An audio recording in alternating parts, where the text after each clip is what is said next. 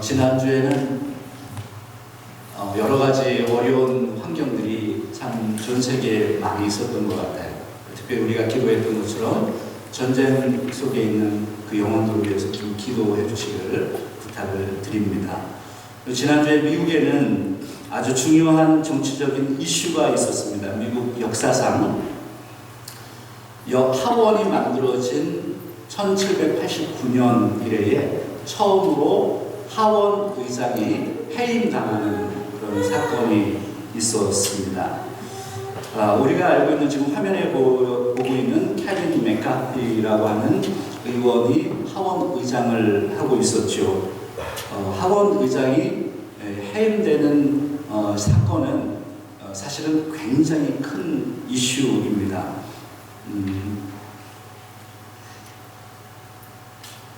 한 공화당, 케빈 맥카티는 공화당 의원인데 공화당 의원이었던 플로리다의 맷 게츠라고 하는 젊은 극우파에 속하는 우리가 흔히 이야기하는 프리덤 코커스에 소속되어 있는 맷 게츠가 해임안을 상정하고 그래서 전 하원이 다 투표를 해서 케빈 맥카티를 하원 의장에서 쫓아낸 사건입니다.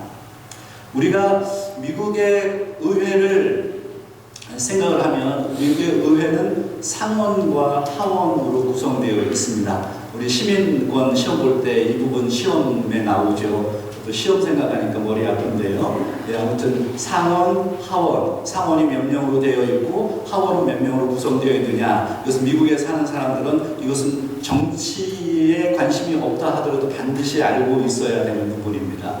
상원은 각 주에 2명씩 투표가 2명씩 지정이 되고 하원은 435명이 하원 의원으로 구성되어 있습니다. 그래서 상원은 주를 대표하고 하원은 대통령을 견제하고 또 재정에 대한 또한 그런 이슈와 여러 가지 헌법을 만드는 그런 일들을 하원에서 하지요. 435명이니까 어떤 알래스카 이것은 이제 인구에 따라서 조정이 됩니다. 그래서 알래스카나 버몬트와 같은 작은 그런 주는 하원 의원이 1명입니다. 그러나 캘리포니아 우리가 살고 있는 이 캘리포니아는 53명이 하원 의원입니다. 그래서 이 인구에 의해서 하원이 구성이 됩니다. 제가 왜 이 이야기를 하고 있을까요? 정치 이야기를 하는 게 아니에요. 지금 미국은 굉장히 솔리드한 정치 시스템을 사실은 가지고 있습니다. 그런데 지금 밀레니얼 시대를 오면서 미국이 굉장히 정치적으로 불안한 것 같아요.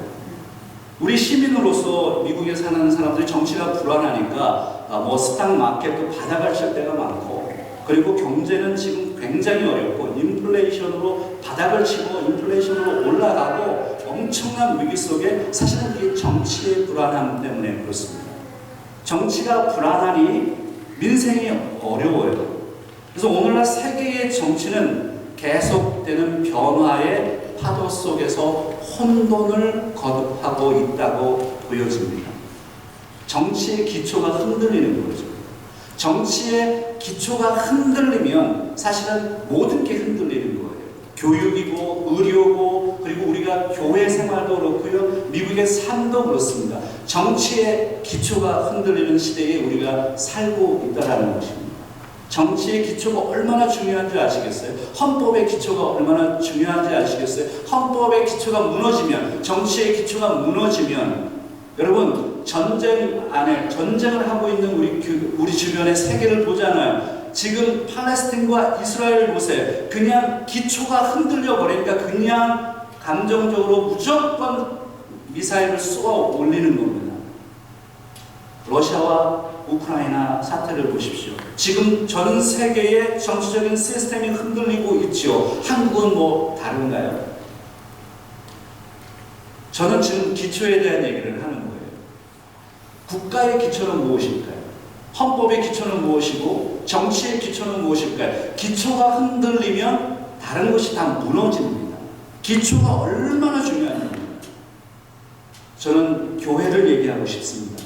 교회의 기초는 무엇일까요? 교회는 어떻습니까? 오늘날 현대 교회는 건강한가요? 오늘날 현대교회는 세속화와 혼탁한 개인주의 영성으로 깊이 물들어 있습니다. 교회가 흔들리고 있다고요. 교회가 흔들리면 성도들이 흔들리는 거죠. 교회가 흔들리면 모든 것들이 흔들리는 것입니다. 교회의 기초를 쌓는 것이 얼마나 중요한지 몰라요. 교회의 기초는 그러면 무엇일까요? 교회의 기초가 무엇일까? 교회의 기초는 바로 복음이에요. 복음의 기초가 흔들리면 교회가 흔들립니다. 복음의 기초가 얼마나 중요한지 몰라요. 우리가 신앙생활을 하면서 복음의 기초를 잡고 있는 것이 너무나도 중요합니다. 바로 이 부분이 오늘 우리가 살펴보는 로마서 1장 2절로 4절에 나와 있습니다. 사도 바울이 이 복음의 기초를 로마서를 기록한 첫 번째 기록한 이유를 우리는 살펴볼 필요가 있죠.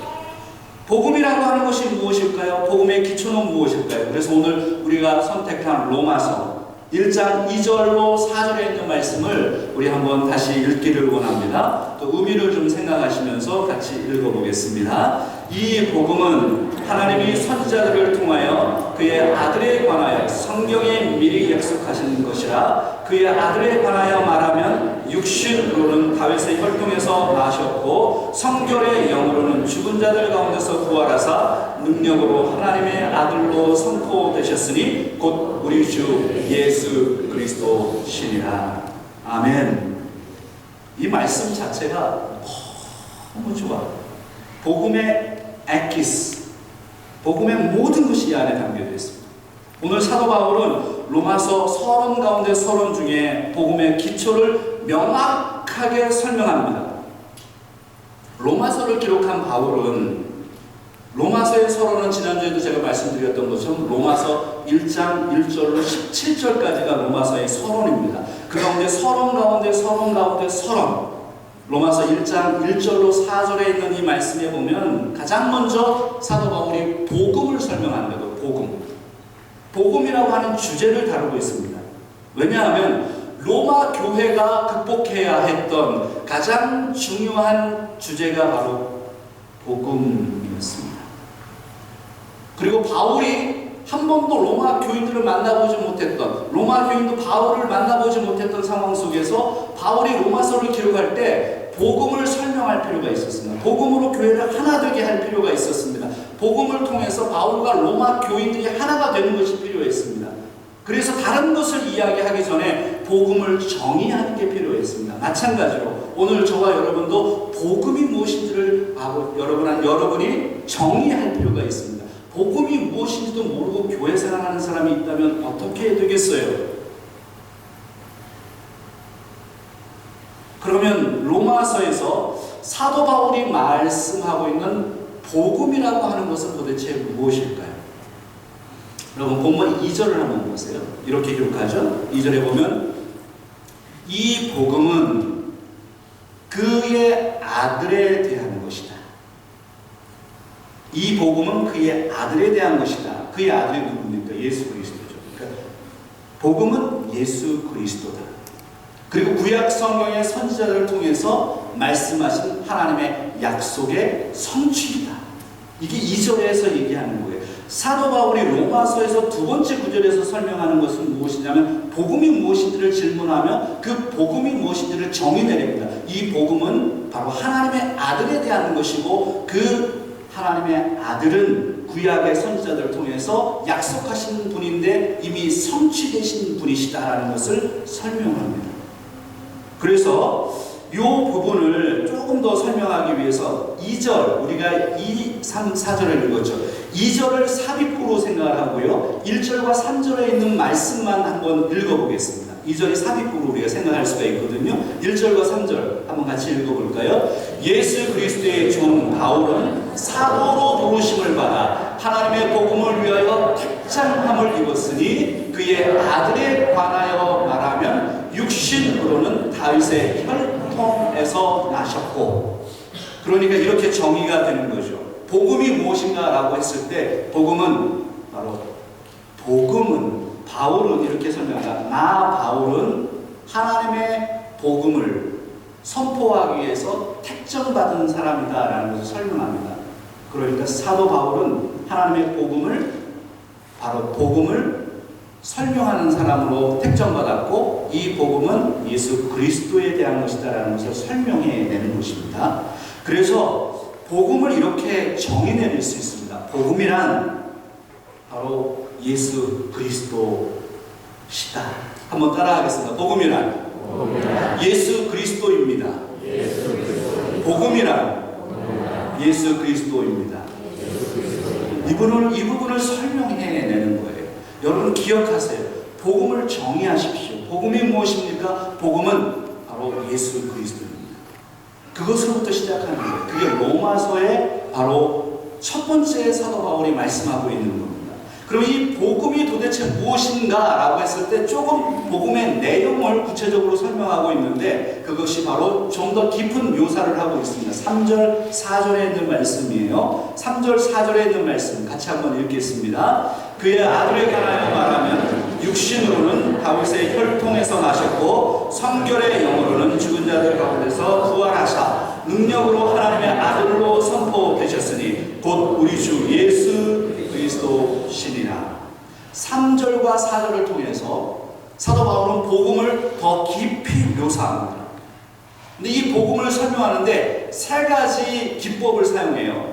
3절과 4절에는 두 칭호가 나오고 이 대조를 이루고 있습니다. 3절과 4절을 대조합니다. 이것을 대꾸법이라고 하죠. 대꾸법을 통해서 복음을 드러내는데 세 가지를 사용합니다. 두 개의 칭호, 두 개의 동사, 두 개의 수식절을 사용합니다. 두 개의 칭호, 두 개의 동사, 두 개의 수식절. 이 세 가지를 제가 지금부터 좀 설명을 좀 드리겠습니다. 조금만 더 집중을 해주세요. 제가 지금 이 본문을 주의하는 시간이라서 좀 여러분 깊이 다루고 있으니까 조금만 집중을 해주시면 좋겠습니다.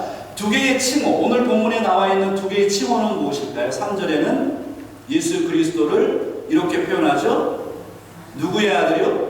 다윗의 아들. 그리고 4절에는 대조합니다. 누구의 아들? 하나님의 아들로 대조합니다. 예수 그리스도가 누구냐를 질문하는 거죠. 예수 그리스도가 누구인지를 설명하기 위해서 지금 사도 바울은 대꾸법을 사용해서 3절과 4절을 대조하고 있는데 바로 3절에서는 예수 그리스도를 인간의 아들로 표현합니다. 다윗의 아들. 그리고 4절에서는 신의 아들로 표현하죠. 하나님의 아들. 이것은 무엇을 의미하느냐 하면 그리스도의 두 본질을 설명하는 거예요. 그리스도가 인성을 가지신 분이고 그리스도가 신성을 가지신 분이시다. 그리스도의 두 본질을 설명합니다. 두 칭호가 두 본질을 설명합니다. 그리고 두 번째, 두 개의 동사가 나와요. 3절과 4절에 보면 3절과 4절에 두 개의 동사가 아주 중요한 동사가 나옵니다.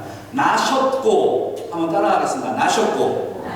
그리고 4절을 보세요. 선포되셨으니. 이 부분을 대조합니다. 나셨고 선포되셨으니. 이 나셨다라고 하는 단어는 어떤 의미를 가지고 있느냐면 바로 인간으로 태어나셨다라는 거예요. 이것은 예수 그리스도가 낮아지셨음을 이야기하는 비하를 설명하는 것입니다. 그리고 부활을 통해서 부활의 능력으로 바로 이 예수 그리스도는 인간으로 사셨다가 부활하셔서 하나님의 아들로 선포되셨으니라고 하는 이 단어는 임명되셨으니라는 단어로 바꾸어야 합니다. 임명되셨다. 더 높은 분으로 임명되셨어요. 예수님께서는 이 땅에 오셔서 인간의 몸으로 태어난 낮은 모습으로 사시다가 부활을 통해서 높은 자리로 올라가시는 하나님의 아들로 임명되셨다라는 것을 설명하기 위해서 사도 바울은 굉장히 중요한 단어 두 가지 동사를 사용합니다. 나셨고 그리고 선포되셨으니.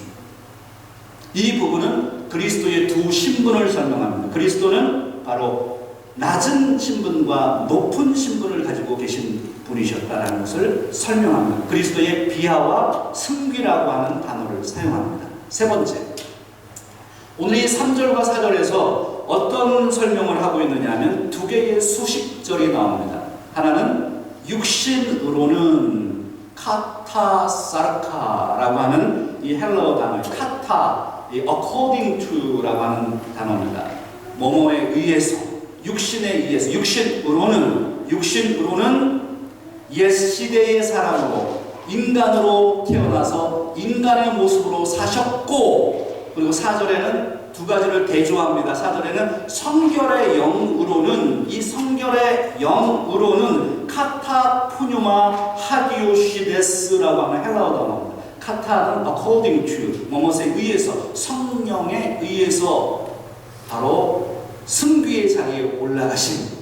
그래서 이 부분을 어떻게 설명할 수 있느냐 하면, 예수 그리스도는 이 땅에 오셔서 비라의 자리에 오셔서 인간으로 사시면서 옛 시대의 사람으로 사셨지만 바로 성결의 영, 성령에 의해서 부활하심으로 인해서 그분은, 바로 예수 그리스도는 새 시대를 오픈한, 새 시대를 열어서 누구나 하나님의 백성으로 들어올 수 있는 길을 만드신 바로 그분이 누구냐?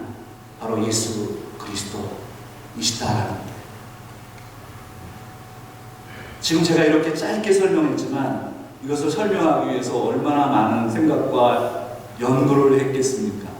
사도 바울은 이 짧은 2절, 3절, 4절에서 바로 복음을 기가 막히게 설명합니다.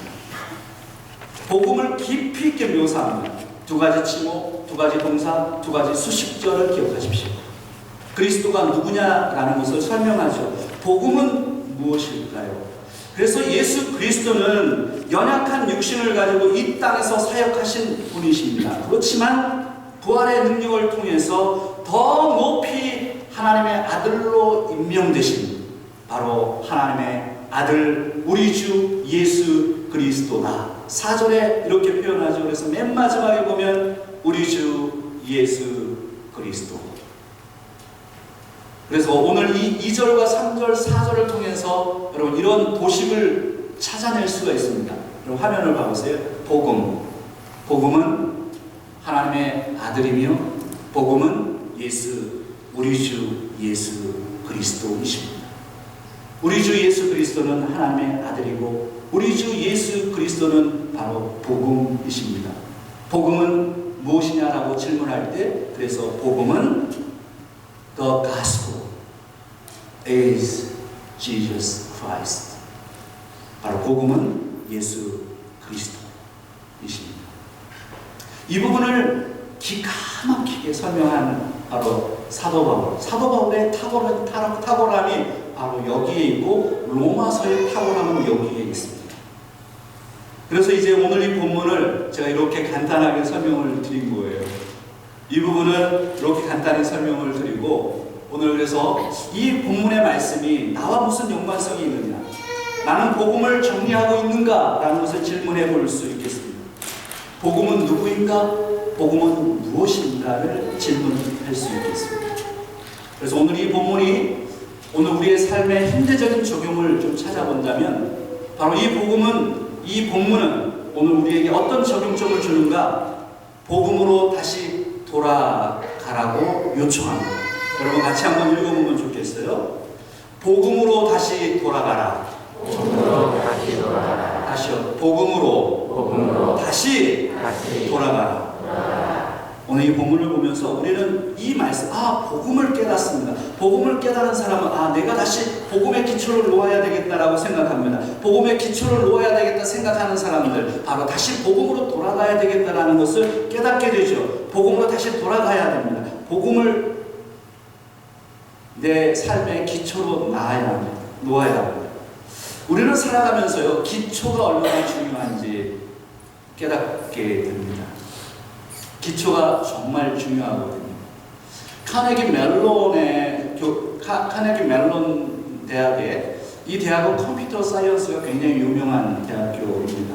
여기에 컴퓨터 과학 교수로 있었던 바로 이 랜디 포시라고 하는 이 교수가 지금은 돌아가셨습니다. 췌장암에 걸려서 마지막 강의를 남겨놓고 그가 마지막 강의를 한 게 이제 책으로 나와서 2008년도에 굉장히 히트를 쳤던 책입니다. The Last Lecture, 마지막 강의라고 하는 책입니다.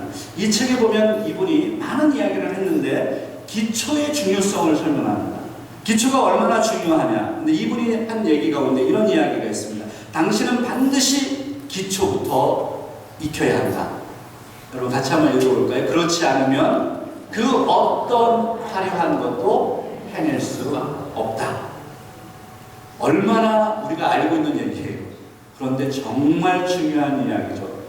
이 랜디 포시는 교수하기 전에 이미 그 디즈니 컴퍼니에서 그래픽 담당을 했었답니다. 근데 이 그래픽이 예전에, 지금은 뭐 너무나도 발달되어 있지만 그래픽을 전혀 몰랐대요. 그 회사에 다니면서. 그런데 처음부터 하나하나씩 A, B, C, D라고 하는 기초부터 차근차근히 공부를 해나갔답니다.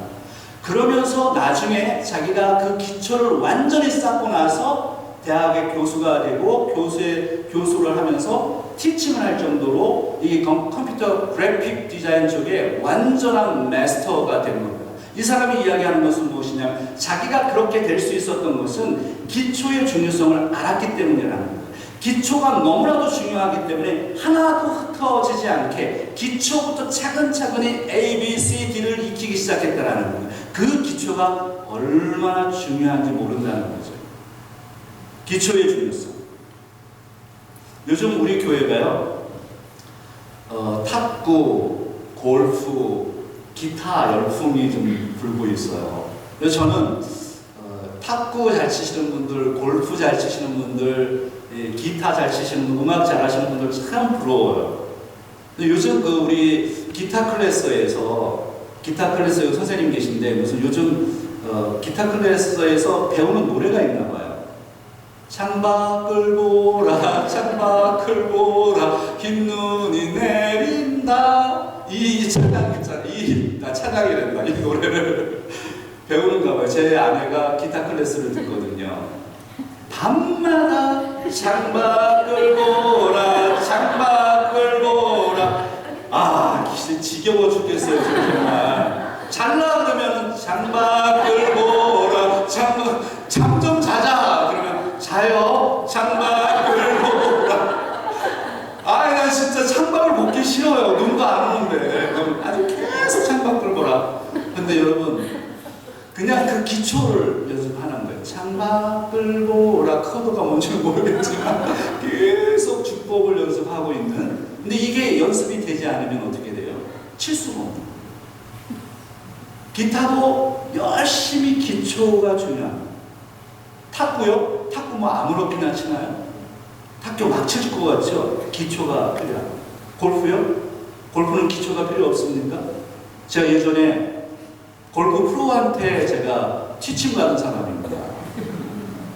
그래서 이 골프 프로가 굉장히 유명한 프로였어요. 그래서 우리 목사님들은 제가 티칭하겠습니다. 그래서 목사님 다 오세요. 그래서 가서 열심히 배웠는데 하도 바쁘니까 이 사람이 너무 바쁜 사람이에요. 갔더니 맨날 목사님 저쪽 구석에 가서 7번 치세요. 7번 아이언 가지고 치세요. 그래서 7번 가지고 연습을 하는데 지겨워 죽겠는 거예요. 시간 없는데 가서 맨날 7번만 치라는 거예요.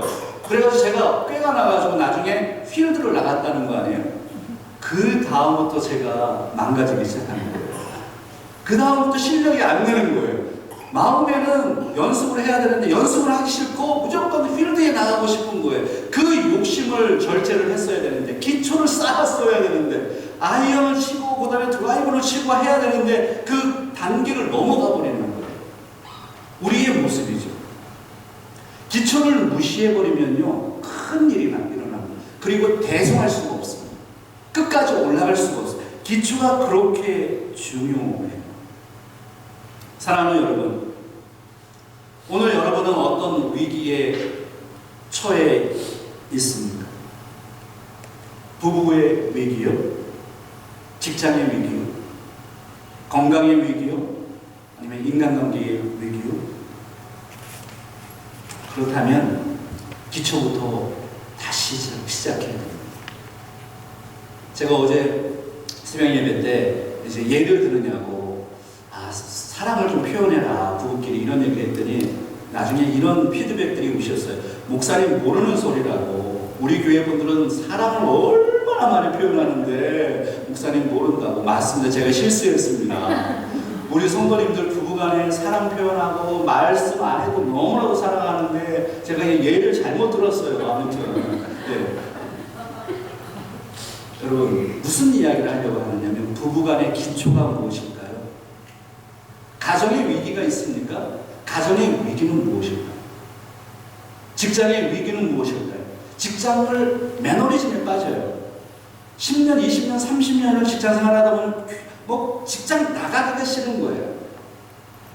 주일날 그리고 내일 월요병이라고 그러잖아요. 월요일날 되면 막 머리가 아픈 거예요. 또 직장에 나가서 일주일간 하려고 하니까 너무 머리가 아픈 거예요. 이런 스트레스가 우리 안에 가정의 문제, 부부의 문제, 직장의 문제, 또 학업의 문제, 자녀와의 관계 속에서 우리는 계속 그 관계 속에서 스트러글하고 있는 거 아니에요? 그때 한번 돌아보는 거예요. 나는 내가 왜 이럴까? 나에게 매너리즘은 왜 생긴 것일까? 다시 기초로 돌아가셔야 합니다. 부부의 기초, 가정의 기초, 직장의 기초, 처음 직장에 나가는 사람들처럼 마음가짐을 하십시오. 처음 만났던 아내처럼 마음가짐을 하십시오. 처음 교회에 오신 분들처럼 교회에 오십시오. 교회의 매너리즘에 빠지지 마세요.